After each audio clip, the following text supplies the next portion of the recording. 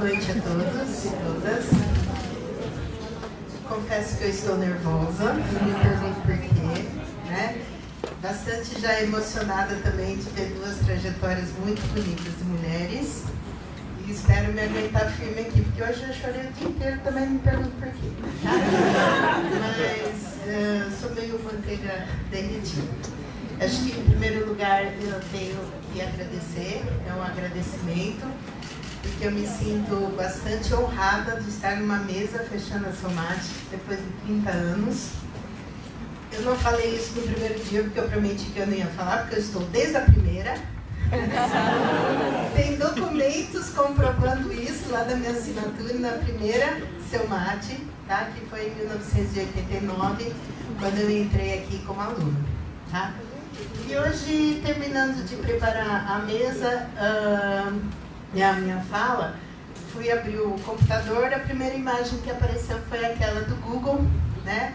E eu fiquei muito feliz pela coincidência, porque é o aniversário de nascimento da Maria Firmina dos Reis, que ela nasceu em 11 de outubro de 1825 e faleceu em 11 de novembro de 1917. Uma mulher negra, né, filha de mãe branca e pai negro, que não teve o nome no registro do pai, e ela foi professora, né, e ela escreveu um romance em 1859 que já fazia uma crítica à escravidão por meio da humanização de personagens escravizados. E como professora primária, ela foi fundadora da primeira escola mista e gratuita do Maranhão, na localidade de Massaricó, e uma das primeiras do país. Então, eu fiquei muito feliz com a coincidência, né? Porque é uma mesa de mulheres e hoje uma homenagem a uma mulher negra e professora. Então, foi uma feliz coincidência. E eu fiquei muito em dúvida do que eu ia falar aqui, né? Fiquei pensando tudo o que eu podia falar. Se eu falar do pessoal, do profissional, da Ivete indignada, né? A de todos os dias, que é um sempre a traçar, a de mal traçadas linhas, e eu não sabia muito bem por onde começar. Eu tinha que começar por algum lugar. Aí eu decidi começar pela Ivete indignada. E é uma mulher indignada pelos tempos atuais de postura misógina e machista da sociedade. Como disse meu marido outros dias, olha, tá difícil esses tempos para vocês, hein? Professor de universidade pública e mulher, que tempos sombrios, né? Tempos onde temos meninas mortas, meninas misses expostas de melhor corpo, meninas violentadas em vários sentidos, mulheres assassinadas e a impunidade. Essas mulheres assassinadas cujos homens estão soltos e são ídolos de crianças e mulheres, foi o que a gente viu nessa última semana. Mulheres sonegadas, direitos ao estudo, como a gente ouviu discursos algumas semanas atrás. Mulheres sonegadas quanto à maternidade, sonegadas quanto às notificações quando elas são violentadas. Isso acabou de ser vetado também pelo nosso presidente. Muitas vezes incompreendida por ser mãe, por ser estar cansada, né? Eu lembro que até pouco tempo falava, olha, até o meu segundo filho ter 5 anos, que é quando a gente começa a respirar um pouco, eu senti um rádio sintonizado, sem sintonia na cabeça. Era um cansaço. E todo aquele dia trabalhando, às vezes as pessoas falavam comigo, dá para você fazer? Eu ria. É fácil, né? E eu tentava sempre o meu melhor. Mas era um rádio aqui dentro, sem sintonia, né? Isso agora passou. Tem dia que volta. Mas agora passou. Principalmente porque eu sou uma mulher também fora do padrão. Fui mãe fora do padrão. Né? Então, quantas vezes eu tive que encarar outras mulheres me perguntando se meus netinhos iam bem. São os meus filhos, né? Eu fui mãe aos 36 e aos 40 anos. Então, isso também é uma coisa bastante complicada nessa nossa sociedade. Bom, passando isso, Aí eu decidi falar do tudo junto e misturado, porque eu não consegui mais separar muitas coisas, né? Porque privilégio em ser mulher, acho que eu nunca tive nenhum, né? Talvez a cor ajudou, né? Então isso tem que reconhecer, sou uma mulher branca, acho que talvez multicor, porque dependendo da emoção eu devo estar agora mais cor-de-rosa, mais vermelha, né? Depende do calor, depende da iluminação, né? Então eu sou meio multicor de vez em quando, né? E também acho que eu gostaria de me apresentar hoje como uma mulher casada com o Ronaldo e mãe dos meus 2 filhos, Pedro e Mateus, que eu falo muito, né? Dou muito exemplos deles. São as crias que me ajudam a me construir, a me desconstruir e a me enlouquecer também. Um pouco dia, a cada dia. E minhas melhores produções, e acho que atualmente é a melhor forma que eu me apresento ao mundo, que é o Pedro e o Mateus. E eu sou uma menina jauense, aluna também de escola pública, fiz desde do pré-primário, né, que eles falavam, até o 3º ano do colegial, em Jaú. Eu fiz o colegial comum lá no Instituto também, né? E aí eu vim para cá em 1989 para ser uma jovem viajante, né? Então Jaú, Bauru, Jaú e aluna de universidade pública. Depois eu fui ser uma jovem adulta viajante, Jaú, Rio Claro e outras estações, né? Aluna também de universidade pública. Fui fazer o mestrado com bolsa em Rio Claro. Viajei muito de trem, né? Na FEPASA já bastante decadente, com trens velhos, sucateados e atrasados. Aí, depois disso, também fui ser mulher adulta viajante, Bauru, Rio Claro e outros mundos, aluna de universidade pública. E depois mulher adulta, apenas com residência quase fixa, e depois me mudei novamente, professor. Deve-se ao meu caminhar. Vou me constituindo ao longo dessa caminhada. Então, há 30 anos, ingressei na Unesp de Bauru, aqui na licenciatura em Ciências, com habilitação em Matemática, e cursei de 1989 a 1992. A Emília falou do departamento, mas eu lembro que quando eu entrei aqui não existia ainda aquele departamento. Era uma grande sala embaixo da biblioteca. Embaixo da biblioteca ou é a biblioteca? Onde hoje é aquele espaço que tem as salas ali, tem o sofá do lado esquerdo, era a sala de todos os professores, né? Então, quando a gente queria tirar dúvida, tinha um balcãozinho, a gente chamava o professor nos atendia naquele balcão. E ali em frente não era aberto, tinha um muro, tinha uma parede também, onde publicava todas as nossas notas no quadro lá com tudo, né? Aí depois, eu não me lembro da mudança do departamento, como a gente chegava aqui, eu viajava, a gente chegava e dava mau tempo passar no banheiro e correr para a sala de aula, né? Porque a aula estava começando, né? E aí o curso ele ia sofrer uma reformulação, Em 1989 foi o último ano de ingresso dessa licenciatura em Ciências, Habilitação e Matemática. Em 1990 não teve vestibular, ele voltou a funcionar só em 1991 com a licenciatura em Matemática daí, né? Licenciatura plena em Matemática. Então eu tive aula de Geologia, tive aula de Química, tive aula de Biologia, tive aula no laboratório de Anatomia, que a gente quis ir lá ver, só que a gente pediu para tampar lá a cara do defunto, e isso a gente não queria ver. Então tive todas essas aulas também de ciências e depois, mais para frente, até trabalhei com ciências. Mas eu gostava mais da parte da física e da química, né? Biologia nunca foi muito minha praia, não, né? E de lá para cá, esse curso ele foi mantendo a sua nomenclatura, licenciatura em matemática, e sofrendo diversas reformulações para atender as demandas legislativas, avaliações internas, externas e tudo mais, né?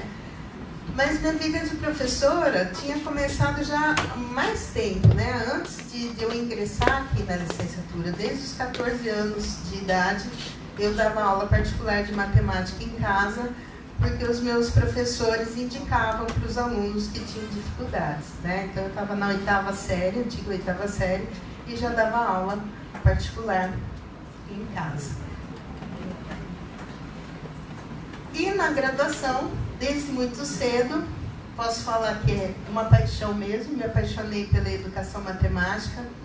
Era uma área que estava em ebulição aqui no departamento, porque tinham muitos professores indo fazer os seus cursos de mestrado e doutorado na área de educação matemática. E era educação matemática também uma área nova em informação, né? E, na verdade, era uma área com fronteiras, e é até hoje, me sinto assim, com áreas e fronteiras movediças, né? Não no sentido de insegurança, de instabilidade, mas sim porque, dependendo de onde a gente vai transitar, a gente sempre pode pôr a fronteira um pouco mais para lá ou mais para cá, e o chão ele se move conforme a nossa necessidade. E foi aí que eu tive que ler muito sobre antropologia, filosofia, psicologia, e além de saber muita matemática também para poder entender os problemas que eu queria entender na educação matemática, né? Então, como eu falei, os velhos trens decadentes da FEPASA, que atrasados me levavam para Rio Claro. Então, eu fiz um ano de aluna especial lá em 1993, logo que me formei, e aí cursei o mestrado de 1994 a 1996. Lá fui colega de turma de professores daqui do Departamento de Matemática de Bauru, que à época faziam o curso lá. Então, o Vicente, né, na época ele já fazia o doutorado, o Leonardo Paulovitch, a Maria Regina Gomes, né, acho que Gomes da Silva, a Maria José Morgado, do Adil Poloni e da Vilma Espiridião, que ela foi tentar fazer algumas coisas, depois ela foi para outro campo, né? Então, esses professores, o Geraldo Bergman já tinha defendido, não era dessa mesma turma, tá? Aí eu defendi minha dissertação, dia 21 de novembro de 1996, e que tinha esse título gigante, que hoje em dia, se meus alunos colocam mais de 2 linhas no título, eu já surdo, né? Então, mas eu coloquei isso aí, que era que matemática é essa que se apresenta como aprendida na escola para os jovens de 18 a 22 anos, com ensino médio completo e mais uma porção de palavras aí, tá? E aí, novamente, as viagens. Após o mestrado, além de atuar também na escola pública, eu ingressei numa universidade, a Universidade do Sagrado Coração aqui de Bauru, e lá eu trabalhei de 1997 a 2008. Sosseguei um pouco em Bauru, porque aí eu me mudei aqui para Bauru em 1998, e lá eu encontrei, alguns anos depois, a Zezé Beguente. Acabei esquecendo de colocar aí também a Elisa Quiroga, que aí elas foram lecionar, depois de aposentadas aqui na Unesp, e elas foram lecionar lá na USC, né? Foi lá na USC que me deu muita base, sou muito grata ao tanto que eu trabalhei lá também, para entender todas as mudanças que podem acontecer num curso de formação de professor de matemática, né? Ainda mais eram épocas de transição, por ser uma instituição particular, era pelo Conselho Nacional de Educação. Então, os anos 2000 tiveram muitas mudanças. Veio o Provão, que a gente levou maior surra no Provão. Veio 2001, 2002, que foram as diretrizes curriculares. Aí vieram outras tantas mudanças, né? Então, foi ali já que eu comecei a entender que a gente não tem políticas públicas de formação de professores e principalmente projetadas a longo prazo. E quando mudei para Bauru, reencontrei o Vicente, aquele da iniciação científica. Então, eu fiz durante a graduação, acho que foi no último ano, a iniciação científica.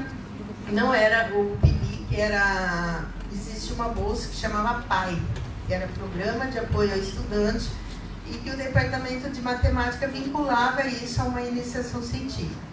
Agora ela mudou, não existe mais, por um tempo foi a BAE, e agora a BAE é outra coisa, né? Não tem mais esse vínculo com o do estudante, né? E com esse reencontro, lá fui para Rio Claro novamente, aí eu coloquei agora de um carro, né? Carro que deu para comprar depois de trabalhar algum tempo na universidade particular, carro não era zero, né? Era o que deu para comprar. E a gente ia para Rio Claro, né? E era outro tempo, outro tema, outros estudos. No mestrado eu trabalhei mais voltado para o ensino-aprendizagem, e aí eu fui trabalhar com história da educação matemática, que foi um outro tema de paixão. E o meu doutorado foi de 2000 a 2003. E coincidentemente eu tinha defendido dia 21 de novembro de 1996, eu defendi minha tese dia 20 de novembro de 2003. Né? Retraços da educação matemática na região de Bauru, uma história em construção. Bom, durante o doutorado eu tive meu reencontro com o Unesp de Bauru e com o departamento de matemática. Em 2000 eu fui não era bem contratada, eu era professora conferencista, né? Então, eu tinha uma turma de engenharia, eu trabalhava lá na USP, né? E também trabalhava aqui com uma turma. E eu comecei trabalhando com as engenharias também. Aí, de 2001 a 2006, fui professora substituta. E de 2008 até não sei quando, eu vou estar por aqui. Tá? Então, desde 2008, eu estou aqui, que eu passei num concurso. Eu tinha prestado um outro concurso anteriormente, mas que eu passei, mas eu o primeiro candidato que entrou. E teve uma vez que eu perdi um concurso aqui por causa de um dia, né? Era para o departamento, acho que de educação. Eu liguei no protocolo, o cara falou, não, termina sexta-feira. E eu tinha cursos, eu morava em Jaú, eu tinha universidade, era uma coisa e outra. Falei, não, eu vou na sexta, que é mais fácil para conciliar, né? Eu cheguei aqui, não fui só eu, tinha mais gente. Aí ele falando assim, não, eu contei errado, terminou um monte de extinção. Tá, né? Mas não era para ser, né? Então, eu cheguei aqui em 2008, que foi um ano difícil, né? Porque é um ano de adaptação. Eu tinha um nenê de um ano, né? O Pedro tinha acabado de fazer um ano. E não tinha 20 anos, né? Então eu já tinha alguns anos. Então ter um nenê, se adaptar a um novo emprego, né? 40 horas semanais, todo dia ali, foi bastante complicado. Parece que não, né? A gente estava sempre de boa, mas foi um ano bem difícil. Meu marido foi chamado para trabalhar fora, ficou 6 meses trabalhando em Brasília, e eu com um nenê de um ano por aqui, né? Assim foi indo. Mas em 2009 eu falo que eu comecei um namoro com um curso, porque aí depois de todo esse percurso foi quando eu comecei a lecionar no curso de matemática. E a partir de então foi um embrenhar-se, né? Então quando você começa a trabalhar no curso, você começa com as questões da formação do professor, que era uma coisa que eu sempre gostei, né? Que eu sempre tratei, sempre trabalhei. Então é um embrenhar-se. Em 2010, além dos programas de pós-graduação em Educação Matemática e Educação para as Ciências terem me convidado para atuar neles, eu tive o Matheus também, né? Aí fiquei 6 meses de licença maternidade, e aí quando eu voltei, acho que não parou mais, né? Não tive mais 6 meses de sossego, e acho que nem 6 dias, né, de sossego. E depois, em 2012, eu fui me aventurar numa outra temática e estou até hoje nela, né, porque além da história da educação matemática, eu me interessei para a educação matemática inclusiva. Então, começaram alguns alunos a terem interesse, e em 2012 eu tive minha primeira aluna de mestrado com essa temática lá em Rio Claro, e ela defendeu em 2013 e depois em 2017 a tese de doutorado, que inclusive foi minha primeira tese e que recebeu menção honrosa na Unesp, né, como as teses escolhidas daquele ano. Então foi uma coisa que, porque você sempre fica na dúvida, né? Você está numa temática, às vezes você é meio estrangeira na área, será que eu estou no caminho certo ou não? Mas eu acho que, por enquanto, estava acertando, né? Em 2015, eu tive um ano bastante complicado. Eu comecei o ano com o falecimento do meu pai. Aí comecei a minha primeira gestão na coordenação. Foram meses bastante conturbados, porque o Conselho Estadual de Educação tinha negado a nossa reestruturação. Tinha a Bernadette Gato no meu cangote, né, brigando com a gente, querendo fechar o curso se a gente não atendesse ao que ela queria. Foi aí que eu me descobri hipertensa, diabética, com mais um monte de coisa, né? Então foi um ano bastante complicado no 2015, mas passou, né? E aí em 2017, já desde 2015 na gestão do curso, lá vem ele de novo, né? O Conselho Estadual de Educação, para a gente fazer uma nova reestruturação, né? Então aí por isso que eu falei aqui da formação, né? E em 2019 é o jubileu de ouro da Faculdade de Ciências e do nosso curso, né? Curso esse que me deu a oportunidade de chegar até aqui, né? E estar falando aqui hoje no encerramento de Seu Mate. Então, acho que se não tivesse ele, né, tudo bem, teria seguido outros caminhos, mas eu sou muito feliz nesse que eu optei e feliz profissionalmente por todas essas coisas e porque essa profissão também, o que ela me proporciona fora daqui, né? E lá se foram os 30 anos. Aqui eu coloquei um pouquinho da Unesp, da Faculdade de Ciências, Departamento de Matemática, um grupo de pesquisa ao qual eu pertenço e que me ajuda nessa constituição. E para terminar, né, como eu falei que a minha dúvida era muito grande de como me apresentar, e talvez eu sou essas mal traçadas linhas, é um poema que me acompanha desde sempre, né? De quando eu quero pensar para onde eu vou e quem eu sou, né? Então, um caminhar diferente, um desenho a fazer é traçar a reta e a curva, a quebrada e a sinuosa. Tudo é preciso, de tudo deverás. Cuida com a exatidão da perpendicular e das paralelas perfeitas, com apurado rigor, sem esquadro, sem nível, sem fio de prumo, traçará perspectivas, projetarás estruturas. Número, ritmo, distância, dimensão. Tens os teus olhos, o teu pulso, a tua memória. Construirá os labirintos impermanentes que sucessivamente habitarás. Todos os dias estarás refazendo o teu desenho. Não te fatigues logo, tens trabalho para toda a vida. E nem para o teu sepulcro terás a medida certa. Somos sempre um pouco menos do que bem sabemos, raramente um pouco mais. Obrigada.